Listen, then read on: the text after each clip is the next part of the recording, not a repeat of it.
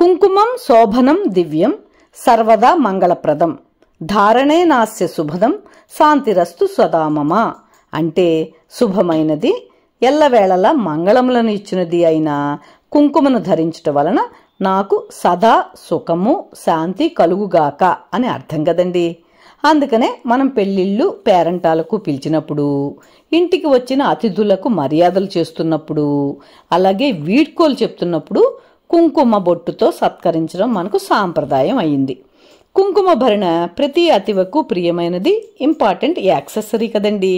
మా అమ్మాయి సత్యమాధురి తనకు మంగళగౌరి నోములు 5 సంవత్సరాలు పూర్తి చేయించినందుకు నాకు, ఆఖరి సంవత్సరం ఆపి తనతో కలిసి చేసుకున్నందుకు తన తమ్ముని భార్య మా కోడలు అయిన అర్చనకు కృతజ్ఞతాపూర్వకంగా ఇంటర్నేషనల్ బ్రాండ్ అయిన ఆర్షి కలెక్షన్స్ వారి గాడెస్ లక్ష్మీదేవి, 2 ఎలిఫెంట్ లక్ష్మీదేవి కుంకుమ భరణలను గిఫ్ట్గా ఇచ్చిందండి.